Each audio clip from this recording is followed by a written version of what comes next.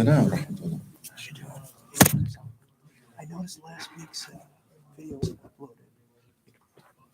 It's not online. Oh, it's not. It was just private. Assalamu alaikum rahmatullah. الحمد لله والصلاة والسلام على سيدنا محمد وعلى آله وصحبه أجمعين بسم الله الرحمن الرحيم بعد أعوذ بالله من الشيطان الرجيم قال الله سبحانه وتعالى في القرآن الكريم بسم الله الرحمن الرحيم مالك يوم الدين. This one right here, this ayah, we just finished praying Salat al-Asr, and we recited it at least 4 times in that salah. How many times a day? Allahu Akbar Kabira. These are the 7 most recited verses in the entire world, and it has been that way for centuries. Surah Al-Fatiha, Allahu Akbar. Now, we know that anytime something is important, there is repetition. Nabi alayhi salatu wasalam, the Sahaba said that anytime that something was important, that he would repeat it 3 times, right? Thalatha marrat. So he would repeat it 3 times. We know that, for instance, with Qisatu Musa alayhi salam, the story of Musa alayhi salam, we know that it comes like over and over and over and over again in the Quran, right? And then there's another aspect which is centered around the understanding of the human race, insan. So there is some discussion about the etymology of the word insan. Does it come from uns, which means to be social, or does it come from nisyan, which means to be forgetful, right? And it's not an either or, it's a both, right? So we are both of those. We're social creatures, but we're also extremely forgetful creatures. Now, most people say, I have an excellent memory, and like I've had people challenge me on this in the past, right? Like, brother, okay, fine. Question: if I were to ask you to sit down and give me a complete autobiography of your life with as much detail as you possibly can provide, how long do you think it would take you? If your memory is as good as you say it is, that number will be the same number as your age, with the exception of maybe a year or 2 in the beginning, isn't it? But we can't provide all those details, can we? Actually, very few details out of any year of our life can we actually provide. Most of it, we forget. Most of it, we forget. So this is the understanding of the human being. So now when Allah subhanahu wa ta'ala is bringing Surah Al-Fatiha, and Allah ta'ala is saying that you need to recite this X number of times, minimum a day. Minimum. And then what does Allah ta'ala say? Now it's so important. So when we are learning how to learn, that's the first step. The first step in learning is learning how to learn. So when we were learning how to learn, our teachers, they taught us, they said, look, before you read any book, you must go through a process. Number 1, who is the author of the book? What is the biography and the background of that author? Number 2, what is the intent behind the authoring of this book? Why did he write it? And this usually comes in the muqaddimah. And in the muqaddimah is basically, it's a synopsis of what you're getting ready to unfold, right? What's getting ready to get unpackaged. So they'll give it to you encapsulated in the muqaddimah, okay? And then the rest of the book is going to be the unpackaging of that. So you get a summary right from the very beginning. That summary is the intent of the author, yeah? It comes where? At the very beginning. At the very beginning, hence the name, muqaddimah. It comes at the very beginning. So now, when we know about this Quran, who is the author? Allah subhanahu wa ta'ala. What is the intent? What is it that you have to look at the very first thing? You look at the front. And when you look, you see Surah Al-Fatiha. And in Surah Al-Fatiha, you will understand what Allah ta'ala wants from us. Everything else in the Quran that comes after Surah Al-Fatiha is an explanation or elucidation, etc., right, of Al-Fatiha. Everything. To the extent that scholars say that you can pick any ayah of Quran and I can tell you which ayah in Surah Al-Fatiha this ayah is connected with. It's that intense. But when you think about it, this is something that is easy for Allah. This is simple for Allah. No effort even for Allah. Now, Maliki Yawmiddin. Malik or Malik, both, right? Depending on the recitation, but both are correct. So if you hear both, it's okay. Maniki, Maniki, both are correct. But here the meaning is you'll see king. But yeah, that's correct. But the understanding behind a king is not there. We don't understand what that means anymore, especially like those of us who are far removed from monarchies, right? So some of us aren't. Yeah. Anyway, subhanallah. Allahu Akbar kabira. So what is a king? So we're going to use a different term here to help to understand, all right? Dominator. Dominator. Even sounds intimidating, doesn't it? Dominator. Allah is the dominator of the day of, I don't know where judgment is, because it says Qiyamah. Yeah? Which literally is what? Day of standing. It's the day of standing, right? Day of standing. But Allah Ta'ala says what? Maliki Yawmi Deen, not Yawm al-Qiyamah. So now Allah Ta'ala, in terms of the Akhirah, Allah Ta'ala is also giving us an understanding right from the very beginning about what Yawm al-Qiyamah is about. It is Yawm al-Deen. It is Yawm al-Hisab. It is the day where your deen is going to be judged. Hisab, accountability. It's the taking account of your life. So now when we're looking at deen, what does the word deen mean? Religion.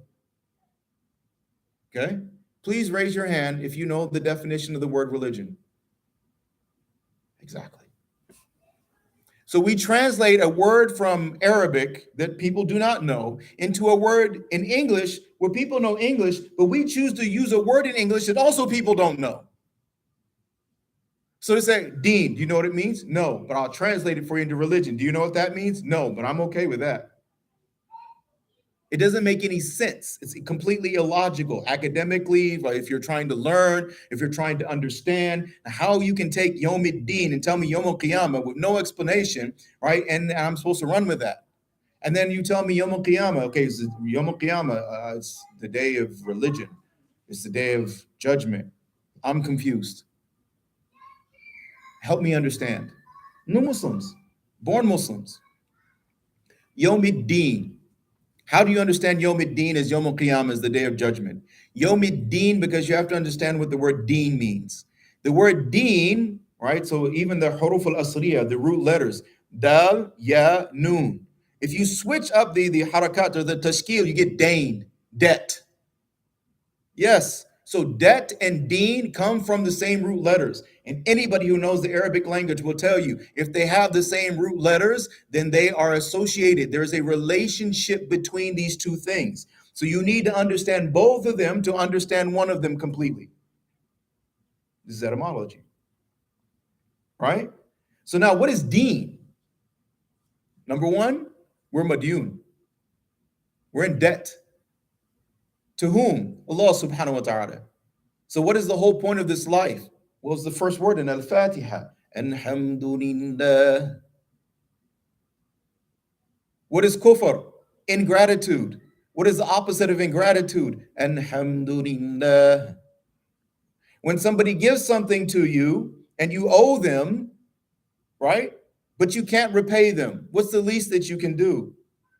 Gratitude. Alhamdulillah. So Allah Ta'ala has given us all of this. So the test is what? What test are we going to be tested upon? What is it that we're going to be asked about? What is the hisab in reference to? What is the debt in reference to? Do you see what I mean? Like, you got to give me some clarification here. Right? So now when we look at this and say deen, and I say way of life, it's a complete way of life.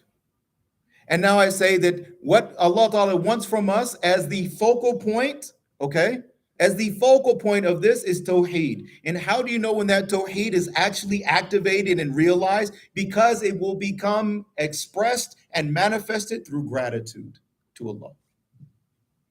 The absence of that gratitude is known as kufr. There's a minimal amount of gratitude that is necessary in order for the individual to be eligible for salvation. That necessary amount of gratitude is that at least you must recognize that there is only one Allah. That is the minimum amount of gratitude that is necessary from the human being and jinn kind alike. That Allah is Allah. Wahdahu la sharika lah. So now this deen and this dain, so this way of life is based on a debt that we owe to Allah. What are we going to be held accountable for? Was your life an expression of gratitude? Or was it an expression of ingratitude? That's what it comes down to. That's what it all boils down to. So now this way of life that we're talking about, deen, this is what we're going to be held accountable for. So now when somebody says, well, my deen is al-Islam, yes, on your tongue, but in your life, you have to prove it. So meaning that if I say that my way of life is Islam, then that means that my life should be a reflection of the Quran and the Sunnah of Nabi alayhi salatu wasalam. Otherwise, it is an incomplete statement.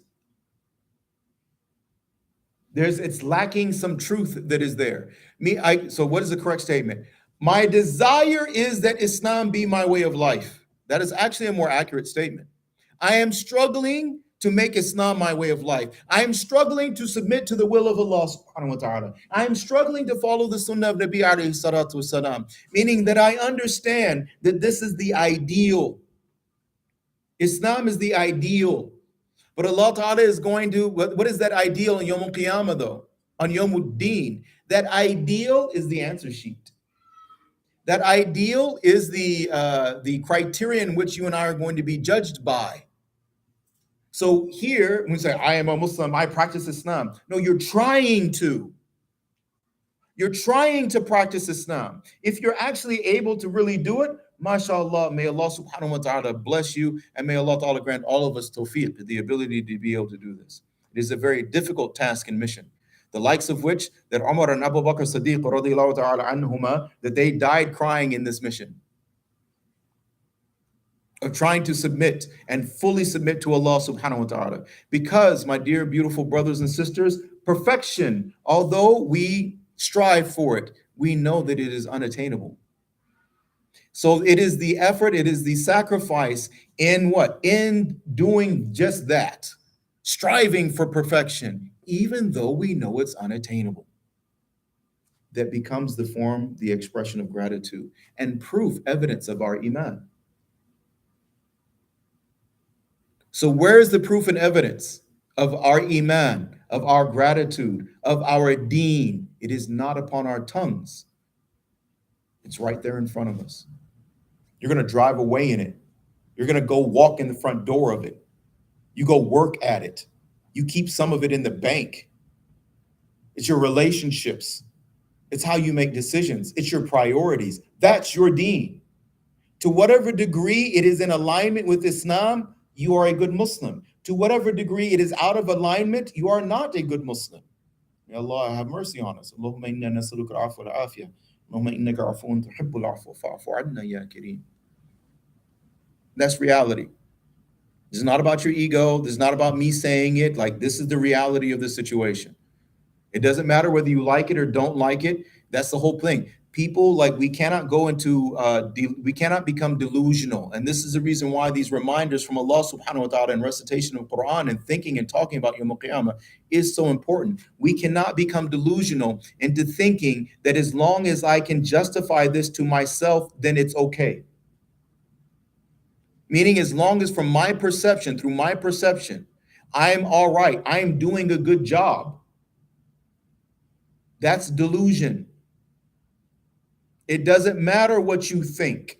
It doesn't matter how you feel about yourself. It doesn't matter your perception of yourself. What matters is, what is your situation in the sight of Allah? because our egos are what leads us to self-delusion. That's why we say self-delusion. Nafsani delusion, right? So now, when we take all this understanding, and now we're dead. In the future, by the way, we already are. You and I are dead in the future. You do know that, right? Yeah. Sounds weird when you hear it like that, doesn't it? Yeah. In the future, you're dead already. You're gone. You're a memory. Nobody cares about you anymore. All your stuff has been redistributed, and like your own family members can't even remember your face. You're gone. You're dead in the ground. It's over. No more opportunities. No more shots at the gold. Huh? No more taking advantage of this life that Allah Ta'ala has blessed us with. It's over. And now, وَنُفِخَ فِي الصُّورِ. So now this whole process where Allah subhanahu wa ta'ala now, when leading up, so we have everything that leads up to Yawm al-Qiyamah itself. Now, at this point in time, now we're talking about like major things are taking place. The sun is rising from the west and all of this, right? It's over. Ball game. It's a wrap. It's a wrap. Now, Allah subhanahu wa ta'ala is going to break this system, and Allah ta'ala is going to create in its place the new system for the next phase of our existence. In that place, everything changes. Everything changes. This is probably the first thing that is difficult for the human being to wrap their mind around, is that everything changes because of the uniformity and the normalcy that we've become accustomed to in our day-to-day life. So because we're like, well, the sun always rises in the east and it always sets in the west. It's always up in the sky in the daytime and the moon comes out at night. There's clouds, and we've become accustomed to the miracles of Allah subhanahu wa ta'ala. As we were talking about last week, right? There is a huge rock that floats in the sky and glows at night off of the fiery ball that sits in the sky, floating in the sky, that lights up the whole place during the daytime. But it's so bright that it also lights up the rock that floats in the sky at the nighttime, right? Then on top of that, the sky that you're looking in, that by the way isn't held up with any pillars, it has an ocean of water that floats above the earth and moves in the atmosphere per the order of Allah. And then malaika, with each raindrop, per the amr of Allah, they take it to a specified location, destination. And this is happening all the time, every day. But how often do we notice it? Right? Things that we take for granted because we've become accustomed to them. So Allah Ta'ala, well, that system you got accustomed to, Allah says, I made that one too. And there was a point when it was new. And now I'm starting this. So it will change and you will change. So now when the sur, or they say trumpet, horn, I think is actually more accurate. So when the horn is blown into, and we won't get into it here, but there's a whole, because there's two, the first one, the second one, does this one, does this one do that? And it's a dhanni issue in terms of Aqidah, meaning that it's speculative, meaning there are different opinions. We're not sure which one is absolutely correct, right? Some are stronger than others, but is it something that our najat or our salvation is going to be based upon? Is it something that your Islam, or whether you're a Muslim or not, is based upon? No, it is not. Okay. But do we know that the horn is going to be blown in, and that this is the indication that this new system is now getting ready to be put into place? Now, once that system is put into place, and now hashr actually takes place, ba'ath and hashr. Ba'ath meaning that this is what we call resurrection. Okay, so now who's resurrected? Everybody. What about the people that were burned to death and now they're ashes? No, yeah, everybody. There is no escaping.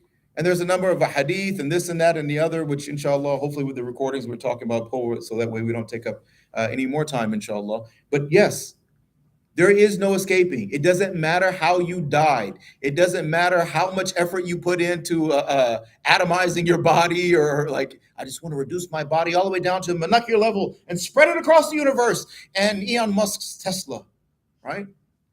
It's not going to work for you or Elon Musk or whatever his name is. Allahu Akbar. Yeah, it doesn't work. Everybody, rich, poor, fat, skinny, male, female, short, tall, doesn't matter. Everybody. Doesn't matter what you thought of yourself or other people thought of you. It doesn't matter if you were a pauper or a king. And all show up the same way, barefoot and naked. Now, they use this as a torture tactic, actually. Do you know that? In interrogations, they will actually strip the individual down, right, to dehumanize the individual, remove his dignity, and make him feel exposed and vulnerable. So now here, Allah Ta'ala, like, for here, exposed and vulnerable, we keep our dignity.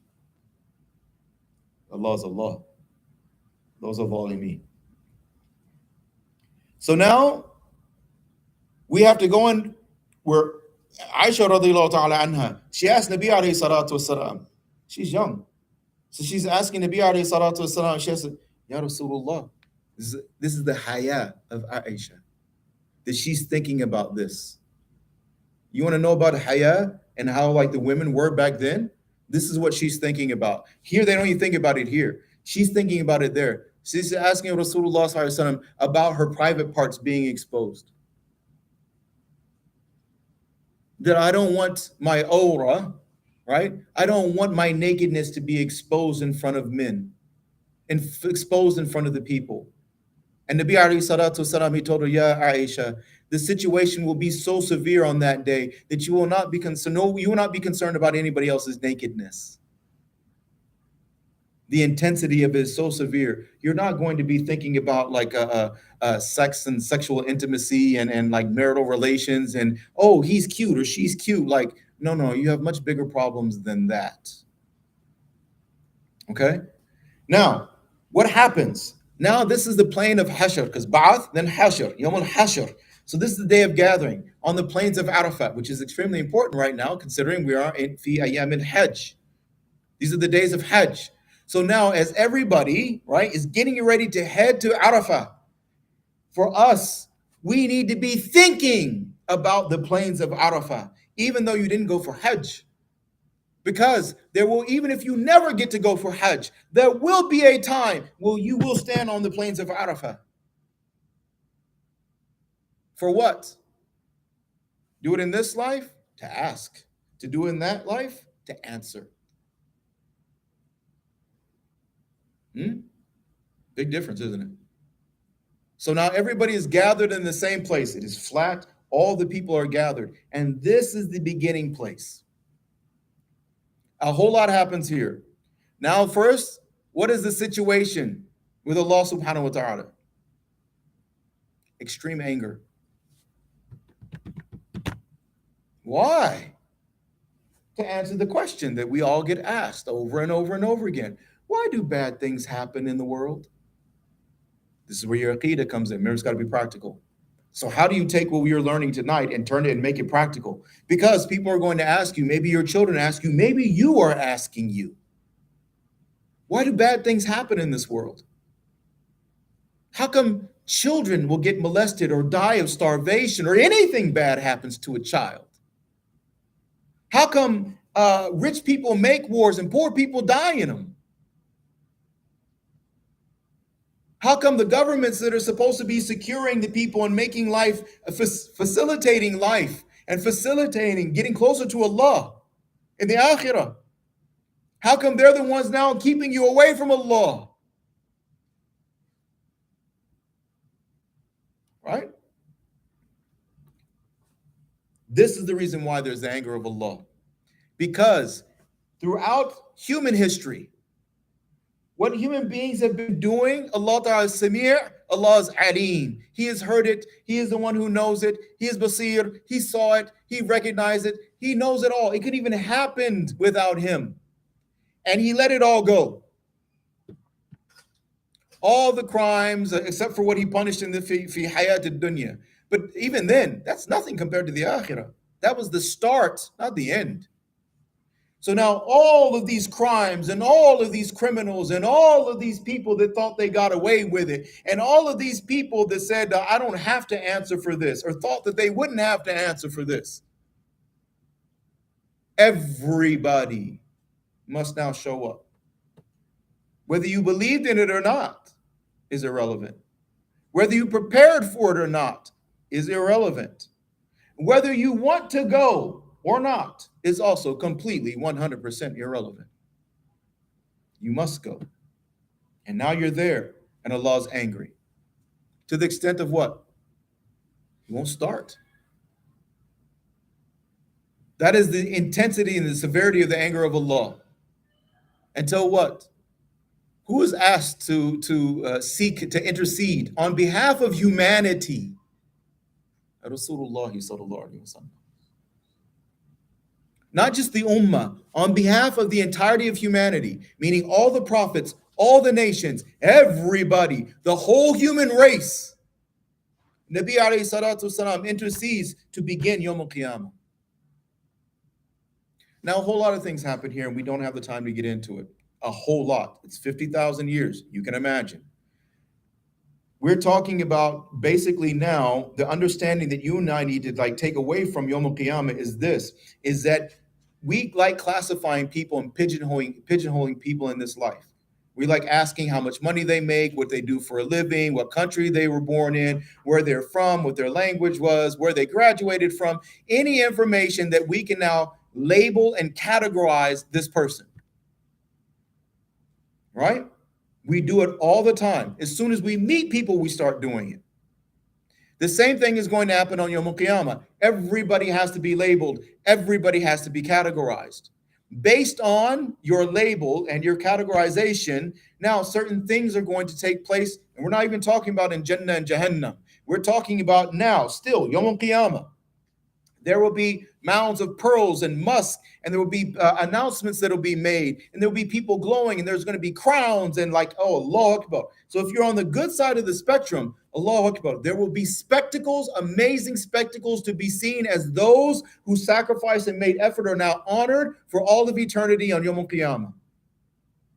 The ones who understood what this life was about. The ones who did not get distracted or preoccupied with this dunya. The ones who understood that I was born dying. They're the ones who made the effort. They're the ones who made the sacrifice. They're the ones that now are being honored by Allah subhanahu wa ta'ala on Yawm al-Qiyamah. In front of everybody. Jinns, angels, mankind, everybody. And now there's what? Envy. Envy. Yes, envy on the day of judgment. Why? I wish I was that guy.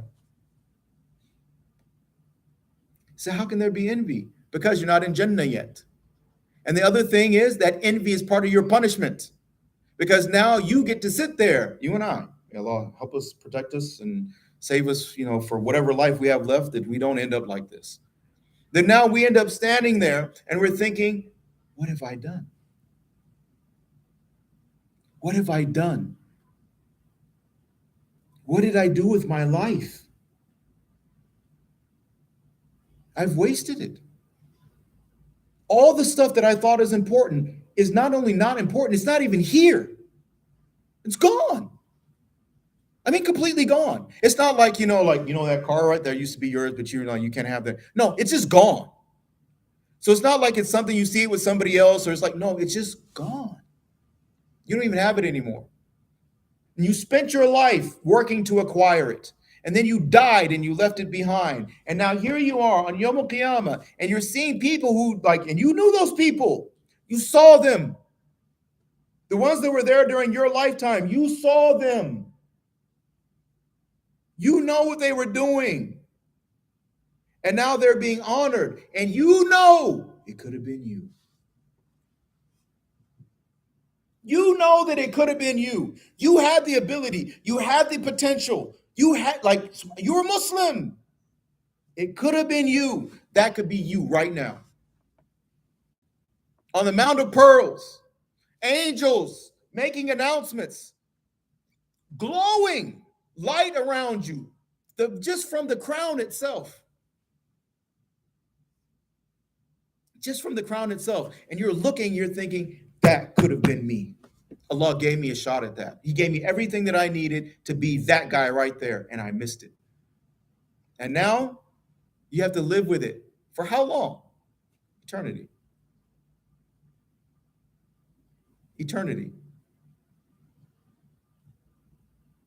Right? Yeah. Other end of the spectrum. Now we're talking about everything from Posirat, or the bridge that spans over the hellfire, right? So the bridge that spans over the hellfire is one of the last stages. So now it's thin as a hair, sharp as a razor. Some people will pass slow. I think if I remember correctly, Abdul Rahman ibn Auf radiyallahu anh, Nabi alayhi salatu wasalam told him that due to his wealth, right? Due to his wealth, it would take him 500 years. 500 years to pass Posirat. Right? Some will pass slow, some will pass speed of lightning. Now, some will start to pass and they won't make it to the other side. There will be those that will be pulled off. You're talking about molten chains and everything, hooks and whatnot, like beasts and everything else, snatching people off of this thing. So it's not something where it's like, oh, it's going to take me 500 years on this nice, pleasant country road. MashaAllah. Sunday afternoon walk. MashaAllah. Enjoy the scenery, right? We'll get there eventually, right? Relax. Maybe have a picnic on the side of the road. No. It is terrifying from beginning to end, however long it takes. What are one of the benefits of making salat 5 times a day? Passing this bridge with the speed of lightning. Salah 5 times a day. Allahu Akbar Kabira. It's an amazing thing. Like, think about the description and think, I just make salat 5 times a day and Allah will save me from that. If there was no other reward, that one would be sufficient.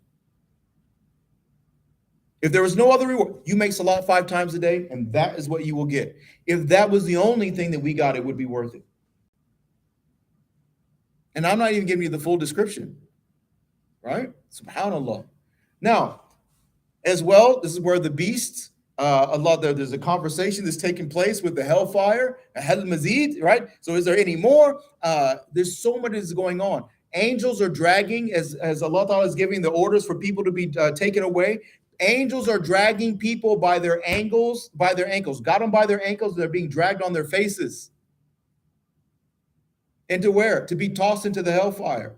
So the angels do that? Yes, because there are angels that Allah Ta'ala says that they also guard the hellfire itself, and they do not flinch from carrying out the order of Allah subhanahu wa ta'ala. This is Yawm al-Qiyamah. So then, now, subhanAllah, another aspect of Yawm al-Qiyamah is our kutub, the books themselves. And then what's in it? It doesn't leave out anything. La saghiratan wa la kabira, as Allah Ta'ala says in Surah Al-Kahf, right? It doesn't leave out. You're going to look in your book and you'll be like, it's all here. Every detail. Every detail. Remember in the beginning, we said, if you did your autobiography, right, of your whole life, how long would it take you? Now imagine your autobiography, because it's your book, you wrote it. You're just getting it right now, but who's the author? You are the author of your book. Each one of us individually. I am the author of my book. So the book that I'm going to be handed, think of like the publishing company just finished, like, here you go. This is the finished work. All yours. You own everything inside of it. Everything. And you open it and you see all the details, including the stuff that you thought you were doing when nobody saw, when nobody was looking, when nobody was listening, when your parents weren't around, right? Yes. And you have Kiram al-Katibin, but you forgot about them. The two angels that are like doing what? They're scribes. As you are authoring your book, they're the ones writing it down for you. It's like assistants. Huh? MashaAllah.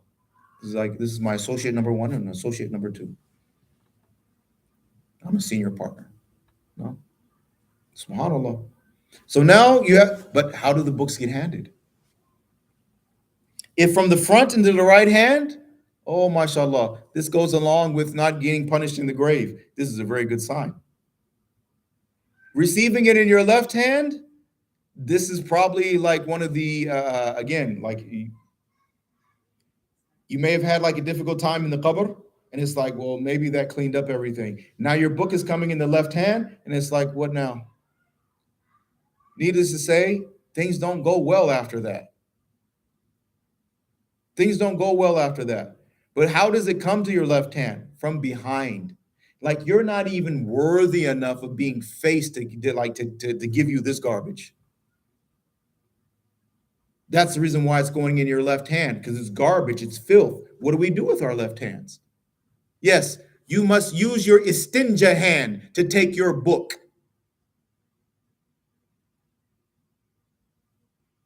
Because if you're going to take something filthy, what hand do we use? If not our left hand. And where does it come? From in front? Like you're being handed an award? No, from behind, as if they don't even want to see your face. Here, take this. And then come standing in front of Allah subhanahu wa ta'ala. And when we come to stand in front of Allah subhanahu wa ta'ala, think about this. You have your book, and you know that you are fully exposed in terms of your life, but now you are also barefoot and you are naked, standing in front of the creator of the universe. Now, mind you, the fact that you and I even stand in front of the creator of the universe in and of itself is a gift that we need to thank Allah for. What? Yes. When you go stand in front of Allah to be accountable, to be judged, the very first thing you should be thinking is, Alhamdulillah. Well, how am I going to say Alhamdulillah? I don't know the outcome yet. I can end up going to the hellfire. Because you have to understand something, that the only reason why you're standing in front of Allah in the first place is because you're Muslim. The non-Muslims will never see Allah. They don't get to meet Allah subhanahu wa ta'ala. Think about it. You are ungrateful, you disbelieved, and you are a criminal. You abuse the rights of other people. You are selfish and oppressive. The king doesn't want to see you. Exit stage left. Done. So at least if we go in front of the king to get in trouble, we're still in front of the king. It's more than what the vast majority of people get. Okay? So even if we get to that point, alhamdulillah, there's hope. There's hope. Now when the judgment begins, is it yasir?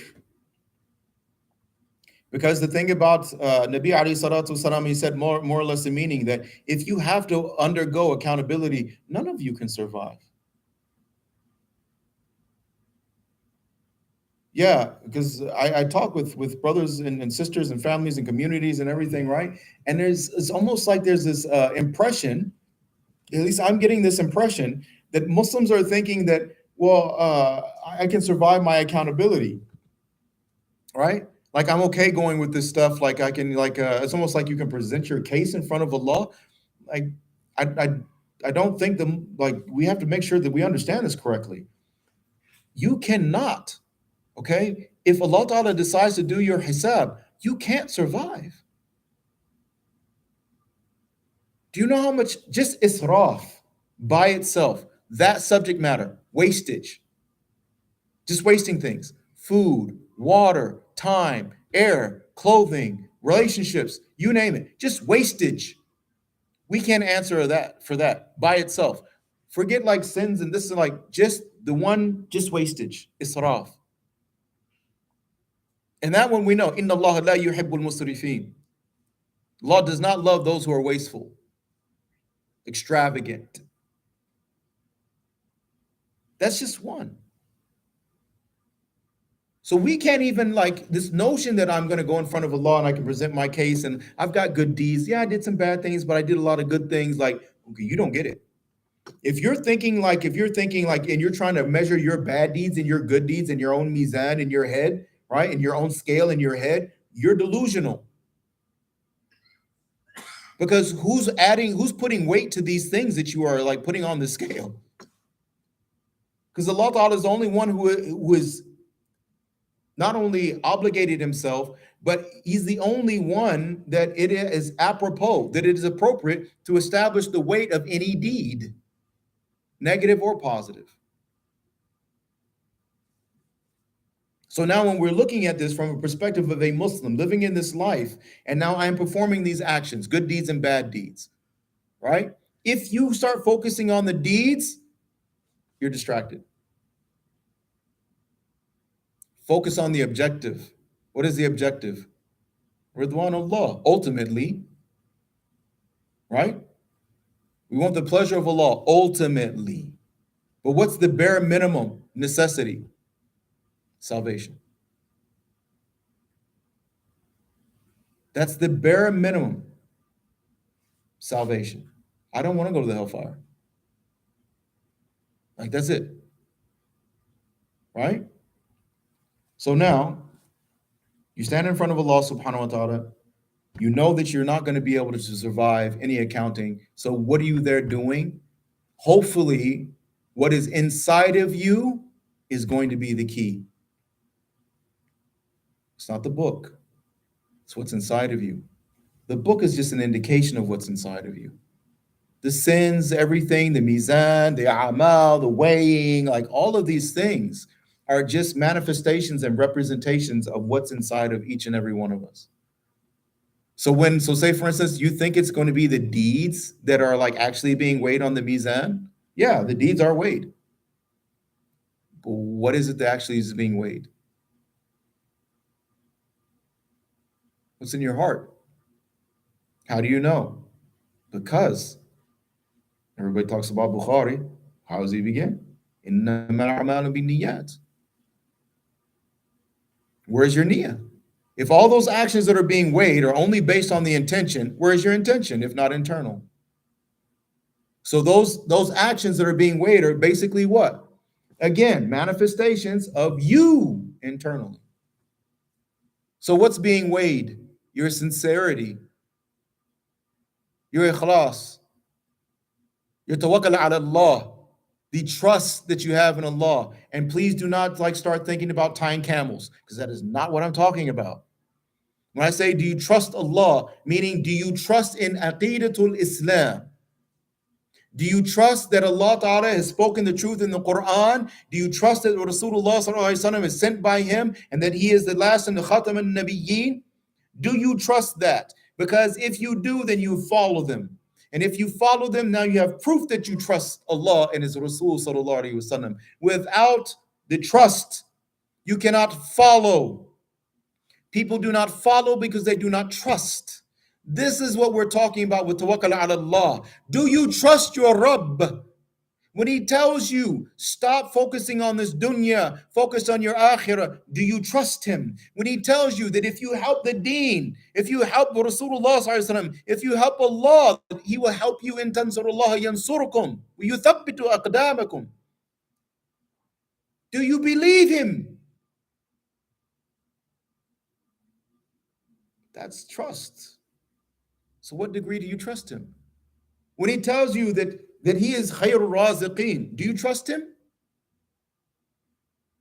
Do you focus on him as you're driving to work? Do you consider Fajr Salat to be the most important part of your work day? Because my success begins in sajda. Do you take your Islamic mentality to work, or do you bring your work mentality to Islam? I'm dealing with that a lot these days. Just because you are a professional at work does not mean you know what you're doing in deen. It does not mean that you know how to run a masjid, an organization. It does not mean that you are qualified to lead the Muslim community. It doesn't mean any of those things. It doesn't mean any of those things. None of it. What are the qualifications to be Muslim? That's what we have to be concerned with, because that's what we're supposed to be at work. But when one is dominant in our lives, we take it with us everywhere. And that's the reason we do have some Muslims. They go to work and everybody knows they're Muslim. Everybody knows they're Muslim and they're proud of it. They go there, they represent themselves, and yes, I am a Muslim, right? I'm not a very good one, I'm working on it, but I'm here as a Muslim. But then you have the ones that are there and nobody knows. And they don't want it to be known. So then what happens with these types of individuals also? They take their work home. They take their work to the masjid. They take their work into the social setting. And what do they always want to talk about? Anything to do with their work. But a Muslim always wants to talk about what? Aqidah. You notice I didn't say Islam. I said Aqidah. That's what a Muslim always wants to talk about. Because what we're doing right now, we're talking about Jannah. It's Aqidah. We're talking about Yawm al-Qiyamah. This is Aqidah. Jannah, Aqidah. Death, Aqidah. Right? All of these are matters because what we're talking about? Reality. Muslims of the past, the Sahaba, what would they speak about? Reality. They would remind each other about the reality of this life and the reality of the akhirah. So they stayed focused on reality, not work. Reality. This is what this is supposed to do for us, is that when we have these types of programs, it's not about, again, because like usually when I get requested, everybody wants you to go through and like give it like a stage by stage, like, and this is what's going to happen. And like we go through the hadith and everything, and this is what's going to happen on the day of judgment. And I don't know why, because there's any number of these things like on YouTube and this and that and the other. And there were some even before YouTube that are actually better, right? Amazing work that has been done in this regard. But the problem persists because all those people who have watched those programs, who've listened to those talks, and then still do the same thing after they get done. It doesn't change them. It's like, that was a really good talk, right? Like, I like that one. Like, that was my favorite one. Like, he does the best. Like, mashallah, he's an excellent speaker. Like, I love that hadith. Like, okay, fine, great. Like, mashallah, you love everything. Everything's fine. Everything's beautiful. How's this going to change you? Now, today, tomorrow, all the rest of your tomorrows. Because if you don't have an answer there, what are you really doing? What are you really doing? And this is the point where we got to get to. This is the reason why we should be covering Aqidah in our masajid. It's not so that we can cover information, so that we can actually talk about the work that still needs to be done in our own personal lives. That's the point.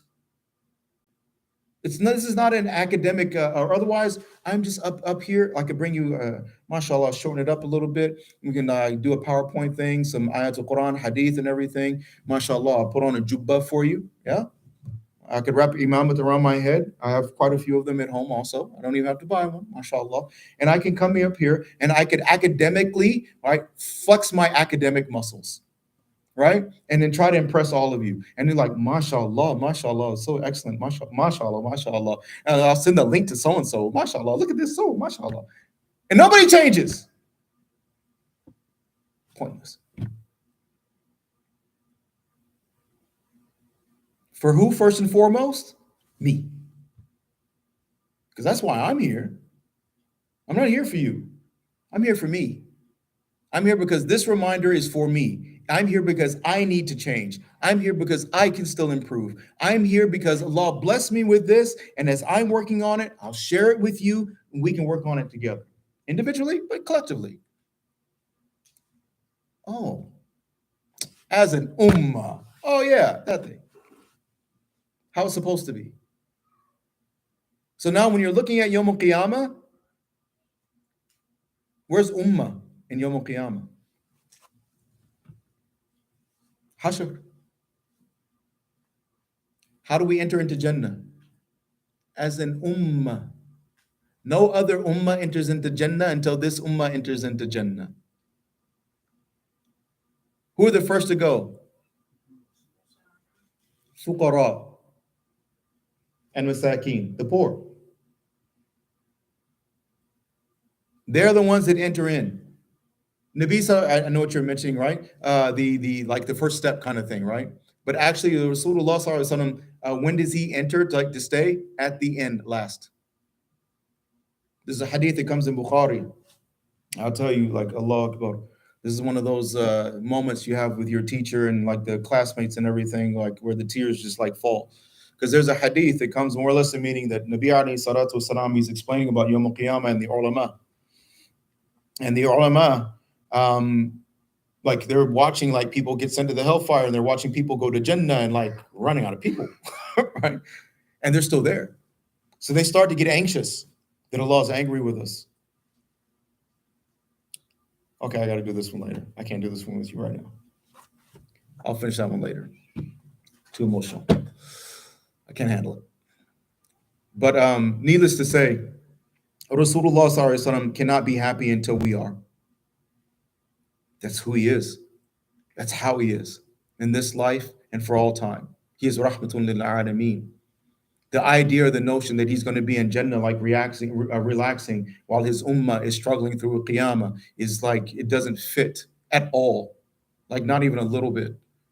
Rasulullah sallallahu alaihi wasallam is there with us, struggling, interceding, right? Shafa'ah, that is coming through what? From Allah subhanahu wa ta'ala through Nabi alayhi salatu wasalam. There will be even people amongst the ummah will also be, so it goes from Allah to Nabi sallallahu alaihi wasallam, and then from there will be this select group of individuals that will also be given intercession, right? All of it comes from Allah subhanahu wa ta'ala. Okay? So now this whole like process of trying to get as many of the ummah into Jannah as is possible. That's the effort of Rasulullah sallallahu alaihi wasallam on Yawm al-Qiyamah. So what does he do on the day of judgment? The same thing he did in this life. And he's the only one. He's the only one. Ummati, ummati, my ummah, while everybody else, nafsi, nafsi, what's going to happen to me? And it's not that they're, because we're talking about Ibrahim alayhi salam, Musa alayhi salam, Nuh alayhi salam, Isa alayhi salam. We're not talking about like that this is like a fault or like an aid. Okay? We're talking about like we can't even imagine those people. Their iman, their status with Allah subhanahu wa ta'ala. It is beyond our comprehension. But even they're going to be nafsi, nafsi.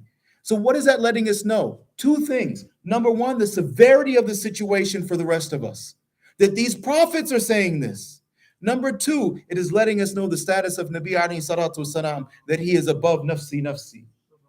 Ummati, ummati. Ya Rabbi, ummati, ummati.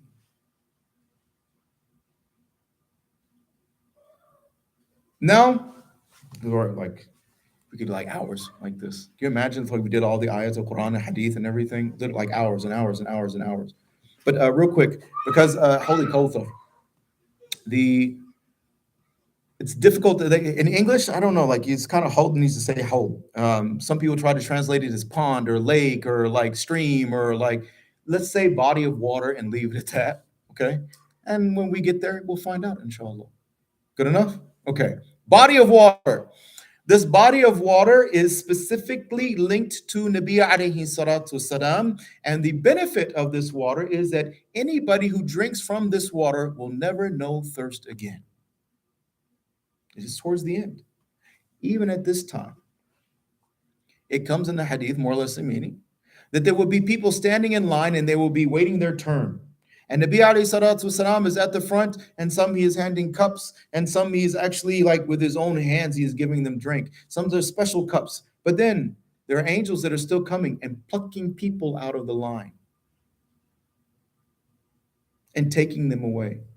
And Rasulullah sallallahu alaihi wasallam is going to like, why are you taking them? This is my ummati.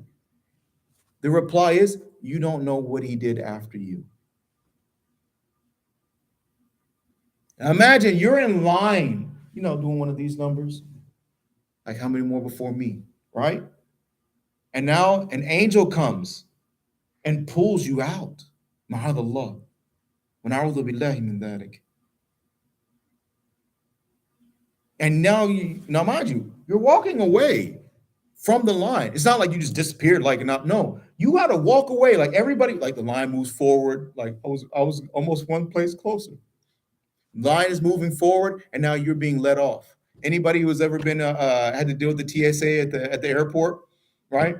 where you're just like normal trip, you're already exhausted, you're coming back in the country, you just like can't wait to get home, take a shower, and like relax and get some home cooked food, right? But instead, next thing you know, you're sitting in a room for 2.5, 3 hours, like, and you're in line with everybody else, like. If I can just get through the last 30 minutes, I'll be at least in the car on my way home. And then here they come. So I need you to come with me. Oh, here we go. Right? That's just the TSA. And that's an inconvenience. Imagine you get taken away and you don't know what's getting ready to happen to you.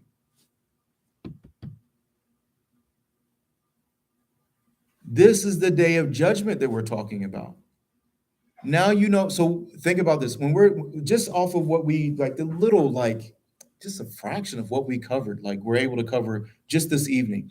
Think about this. What was just the importance of what we covered this evening is enough to preoccupy us for the rest of our lives.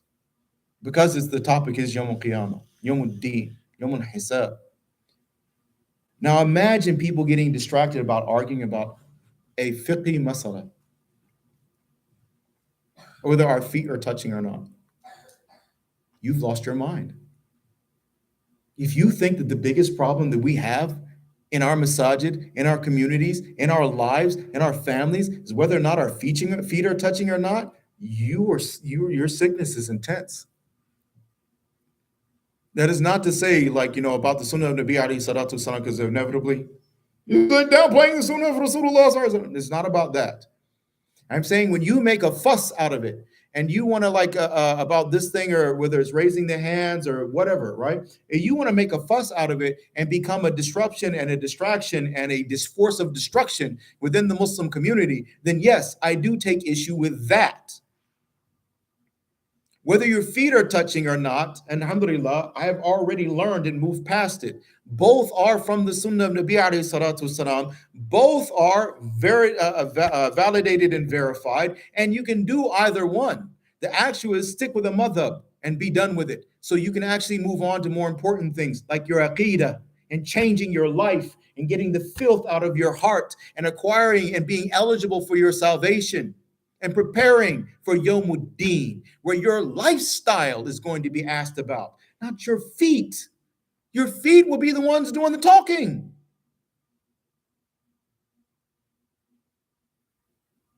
Was it? See? Their mouths are going to be put, a seal is going to be put on their mouths, and your hands and feet will be speaking. In another place, the skin is talking. And now the person is like feeling betrayed. How could you do this to us? How? Well, you see, what had happened was, you did this. And what is that actually showing? Two things. Number one, our body doesn't belong to us.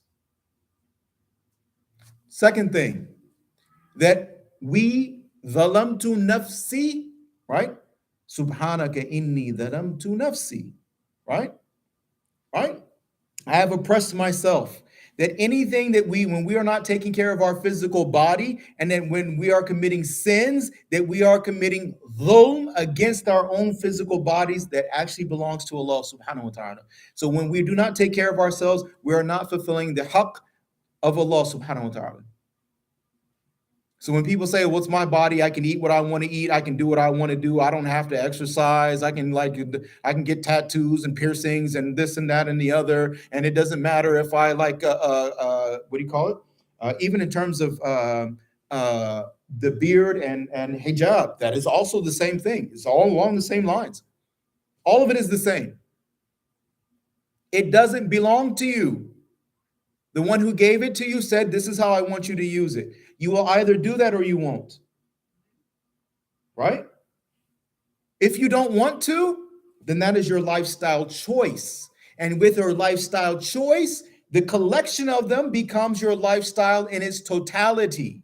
And now it is that lifestyle that will be brought in front of Allah subhanahu wa ta'ala for judgment. Not the one you think you have, not the one that you want to have, but the one you lived.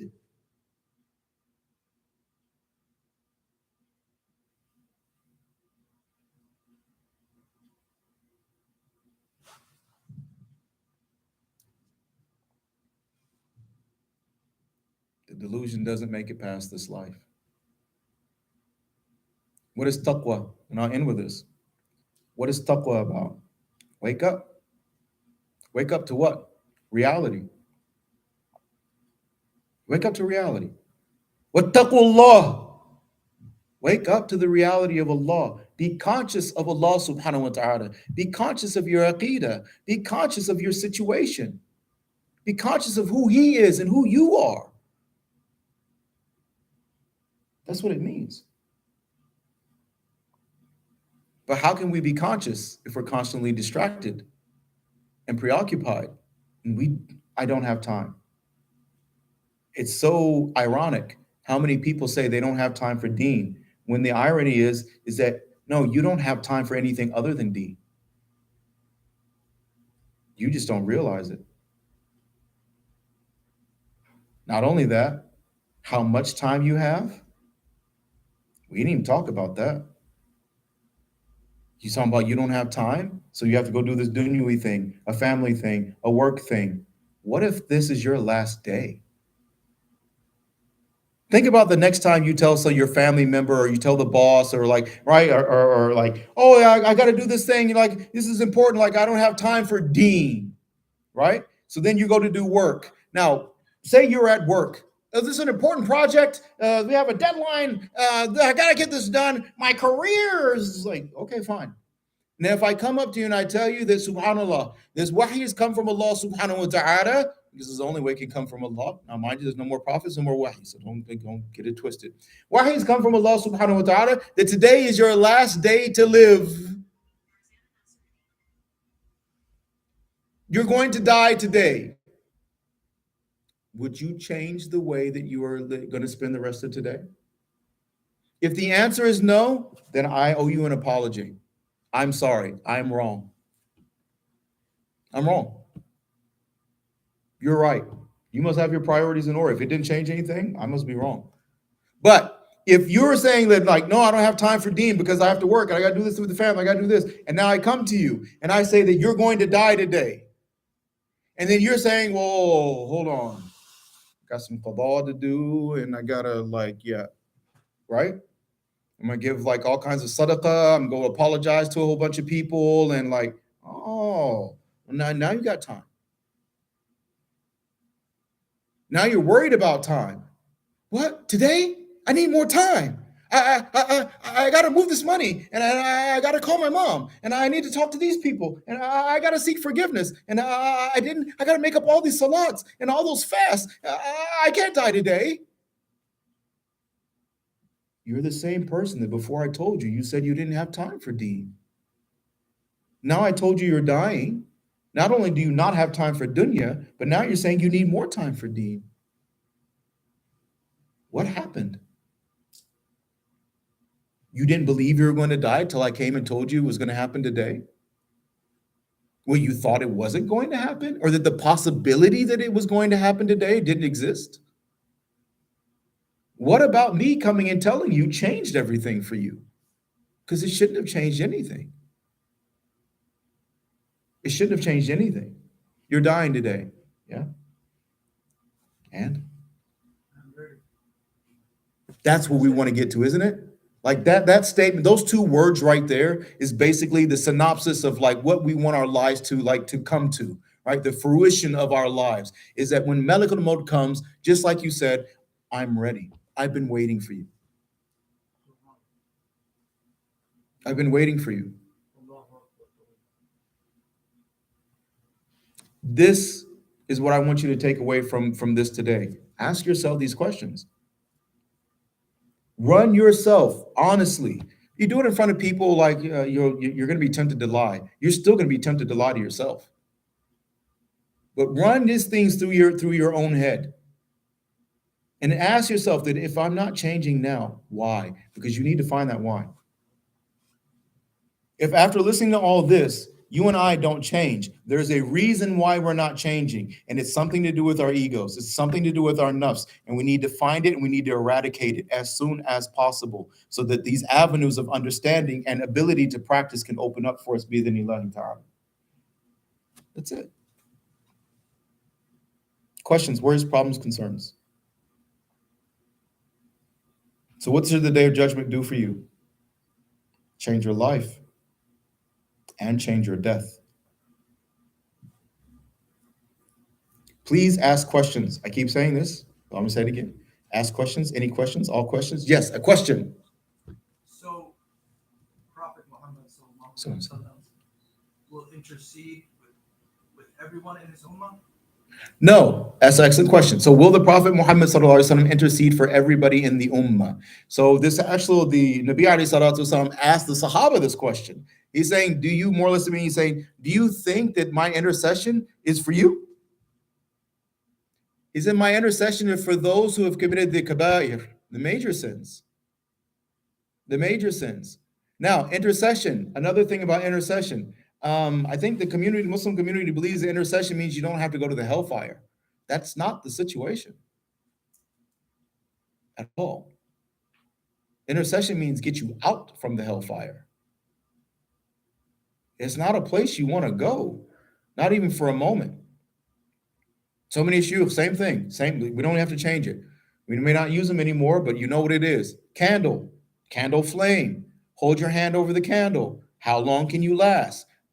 Know that that candle flame, the fires of Jahannam are 70 times hotter than the hottest fire of this dunya. That candle flame is nowhere near the hottest fire in this dunya. So now hold your hand over that candle. Be careful, don't burn yourself, because don't forget your body doesn't belong to you. Right? How long can you stand the heat? Exactly. So how long can we stand the hellfire? We can't. So I know, like in our society, especially for young guys, people like in these movies and everything, people say all kinds of like stupid, crazy stuff out of complete pure ignorance. I'll see you in hell, like in that type of like crazy nonsense, right? I'll meet you in hell, like maybe they're in hell having a party and like, oh, like you don't understand. You're playing games with something that is not to be played games with. You really don't get it. If you understood, if you went through a description of hell, the first book I read when I became Muslim, I know it should have been the Quran, but it wasn't. It took a while. Spectacle of Death. That was the first book that I read from cover to cover as a Muslim. I told shuyukh that, and they like look at me like, "What the heck is going on?" Like it's woo. Let's say I had some really interesting dreams while I read that book. Okay, it is intense, and the descriptions and everything, mashallah. But that's the whole point. Is like that drove me. It's like this is like here. This is what's going to happen. Like this is what's going to happen. This is not an if. Allah Ta'ala is telling us the future. This is what's going to happen in the future. And I'm letting you know so you can prepare for it. Here's the irony. It's a lot of irony with human beings. We worry about a future in this dunya because we don't know about it. With me?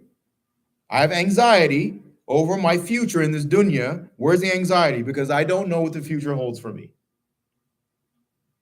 Meanwhile, I'm relaxed about the day of judgment, even though I know what that holds for me. I'm completely content. I have sukoon.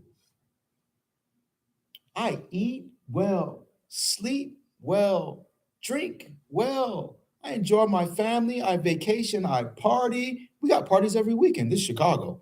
There's multiple dawats. You can like, and depending on who you are, you may even have the added complication of having to choose one over the other. I'm completely content. Knowing what? I could go to the hellfire. You? Yeah, me. I can end up in the hellfire. Really? Yep. But I'm good with that. Past dessert. See the economy start to go, oh my God. I just lost like $20,000 out of my portfolio. I don't know what I'm going to do. Like, I got to start moving things around. I don't know what's going to happen. What am I going to retire with? What are my kids going to go to college on? Like, anxious, frantic, panicky. Well, I can't get married. I don't have money, right? It's like, subhanAllah. You had a law from the very beginning, but that wasn't enough, huh? Now you can't get married because you don't have money, because you think money's God.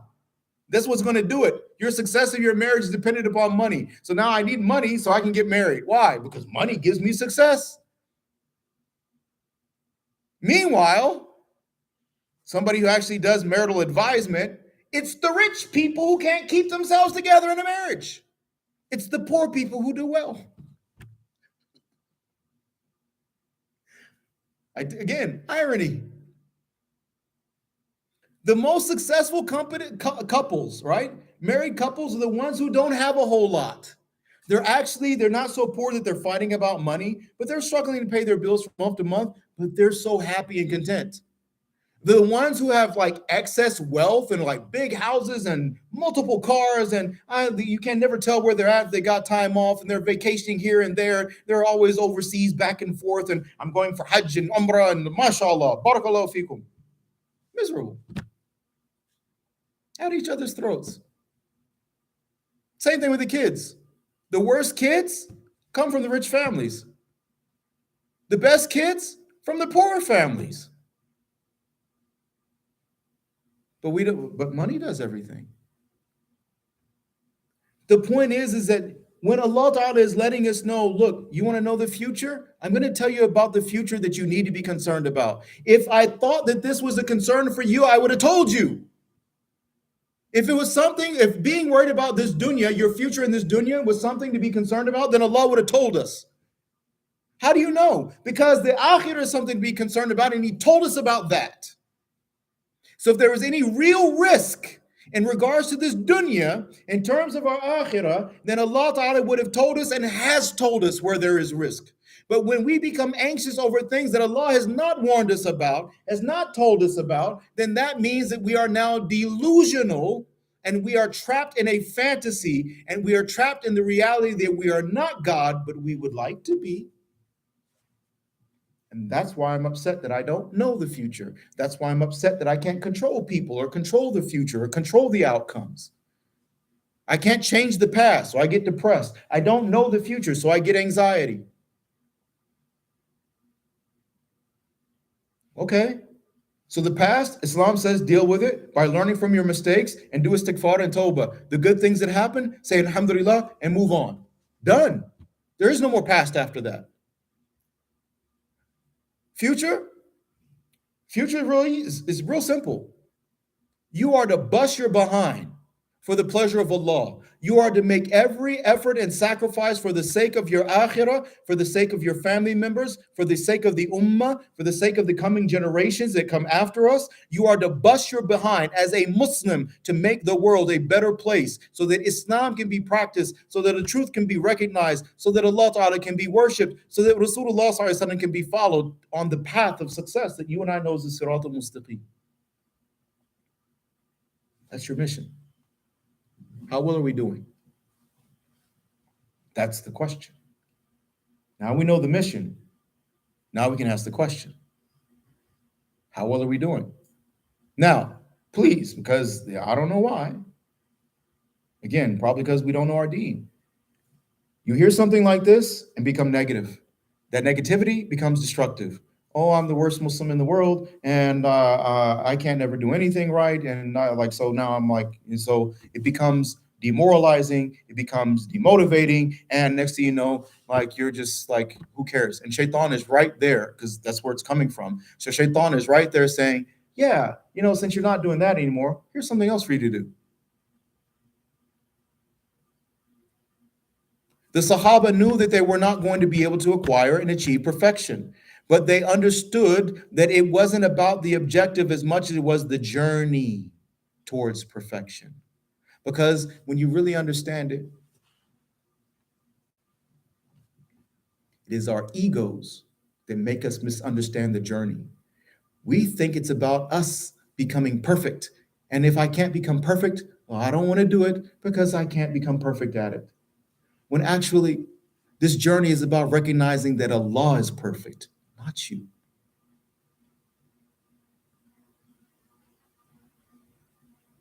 So what's to say about the person who says, I'm not going to go on the journey because I'm not perfect? More irony. Allahu Akbar kabira. MashaAllah.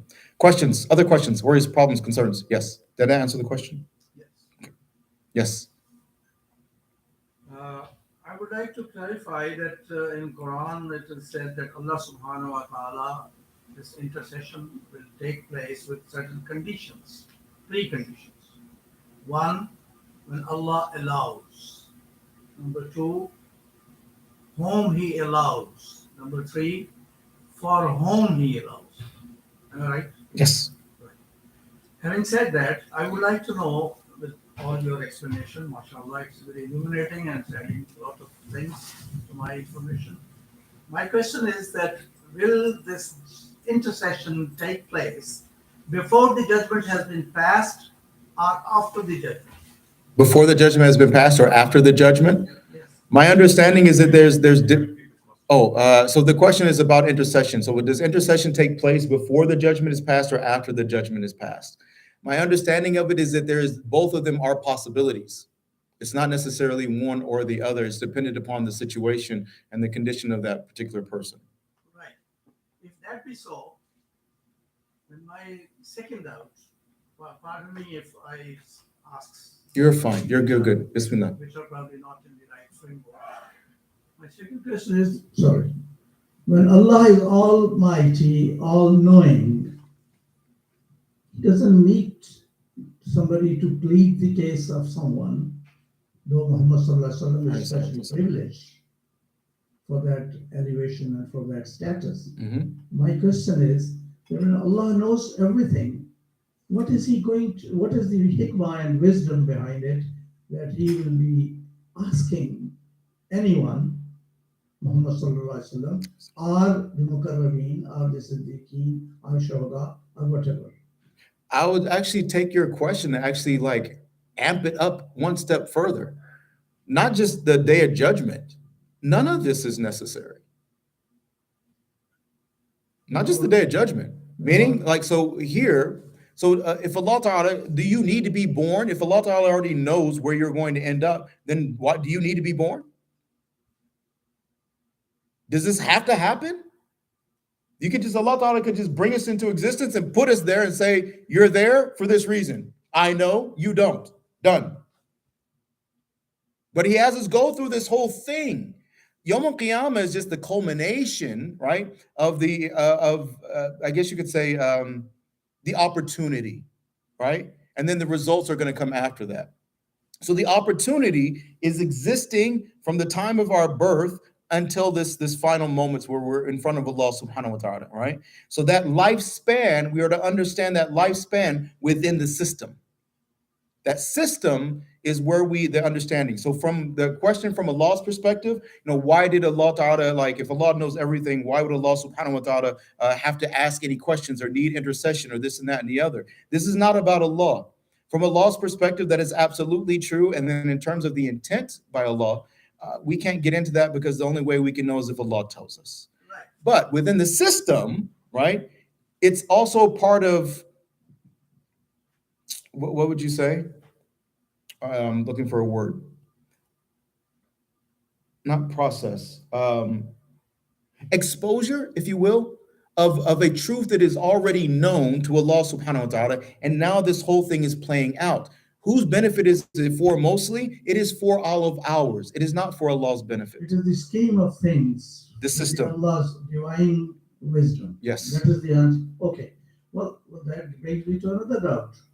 And the next is that once the judgment, in that case, if the judgment has been passed and the intercession session is taking place, right? That is the situation. Now, is Allah going to change His judgment? Again, it's part of the system. Yeah, it's part of the system. It's the same way like dua changes qadr, doesn't it? Right? So dua is a form of what? Intercession.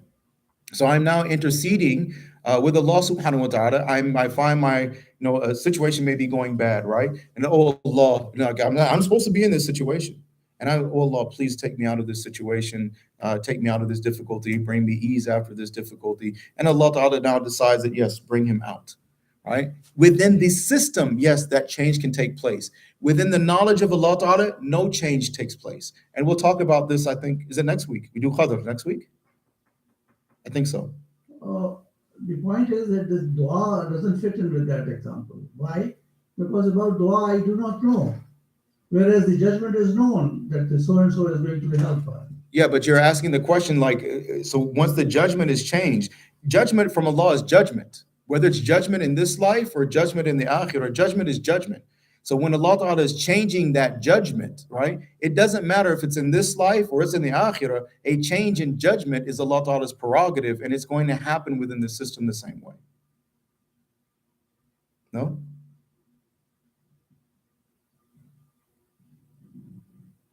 I can go, like, we can, like, if you need more clarification, it's not a problem.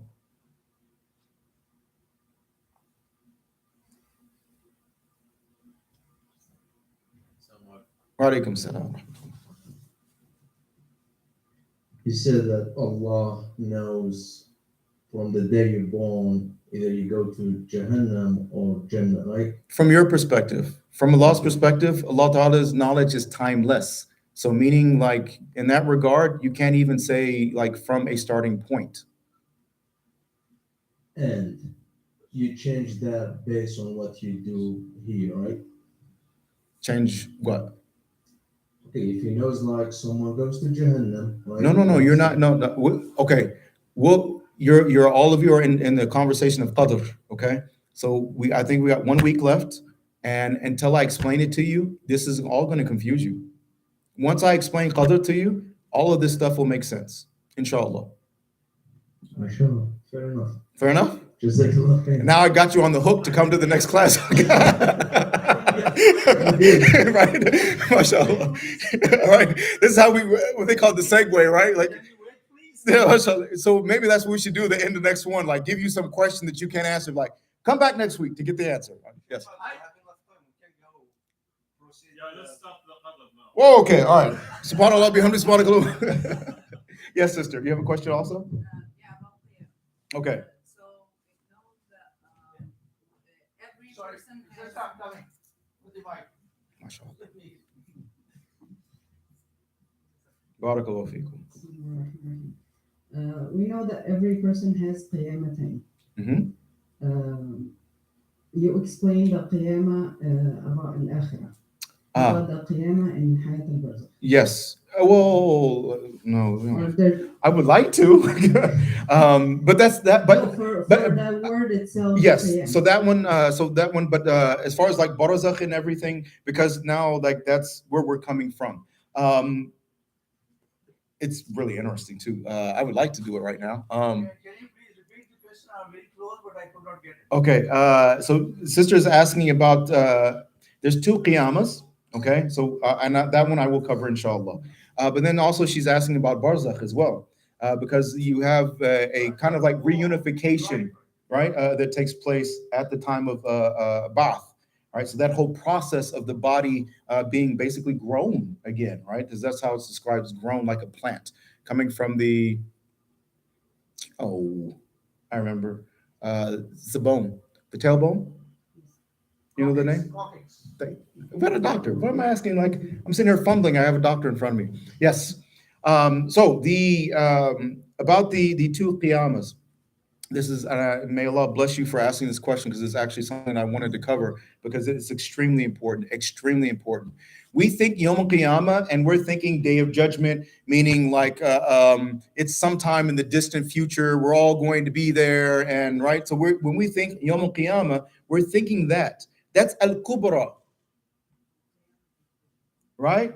Then you have Sughra. They use also Kabira and Saghira also, but the same thing, right? Just ta'neeth, and one that the form is there. So that's absolutely true, okay? And that is the one that most of the hadith and everything are referencing to, and like, mashallah. But you also have to understand something. You have your own personal qiyamah. When does it take place? When does your qiyamah begin? At your time of death. That's when your akhirah begins.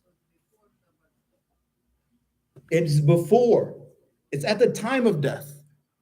Because at the time of death, what is taking place? A judgment. What judgment is being made? What form Malakul Maut is going to come in? how the ruh is going to be extracted from the badan, from the body, right? What's going to happen with that individual while he or she is being placed, kafan and dafan and all of that. Then also you have what happens in the qabr itself, in the grave itself, when Munkir and Nakir, the two questioning angels, when they come, like Man Rabbuk, who's your Lord, and Ma Dinuk, what is your deen, and what do you say about this individual? They'll be shown the visage of Nabi alayhi salatu salam, right? Look at that. So there is, yeah, absolutely. So yeah, there's that long process, but yours begins when you die.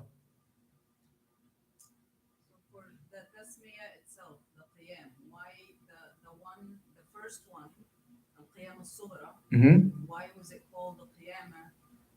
Do we stand up like that? No. It's the same thing. It's like Yawmuddin. It's just something that's being used like generically. Do you understand what I'm saying? But what we're talking about here is because qiyamah doesn't mean so iqamatu salah. So iqamatu salah, it means standing, but also means establishing. Right. So if I like I stick a flag right in the ground, I'm standing that flag up. That is correct. I'm establishing that flag. That is also correct. Right. I'm not. Yeah. Right. So now what we want to get from this understanding of the first qiyamah is that your judgment is going to begin at the time of death. It starts then. Why is that important? It's important because everything that we undergo, every difficulty, whether it's sakratul maut, the pains of death, whether it's in the qabr, whether it's in the barzakh, whether it's the even the fright and the being terrified when witnessing the beginning of Yawm al-Qiyamah, all of these difficulties become expiation of sins for Muslims. Kafara. Yes. That's the reason why. Like, so if you have a bad time in the grave, it doesn't necessarily mean that everything else is going to go bad after that. Right? So, because it could be that, like, okay, you had some things, but like, alhamdulillah, that difficulty cleaned it up. Done. Right? So keep hope. Don't ever get lost into this whole, like, I think I was trying to get to this before, like where we become so despondent and pessimistic and negative, it becomes destructive. These things should motivate us to like do what? Try. Right? Apply yourself.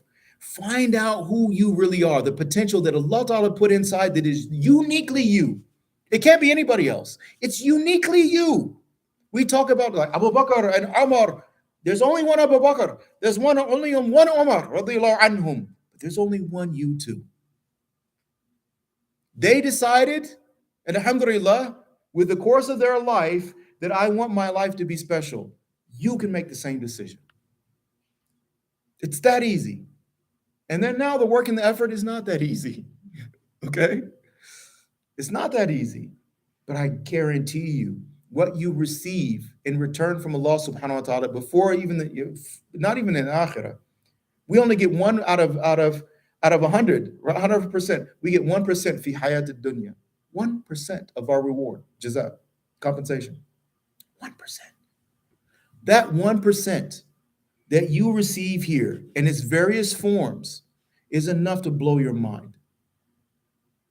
Just submit. Practice this deen.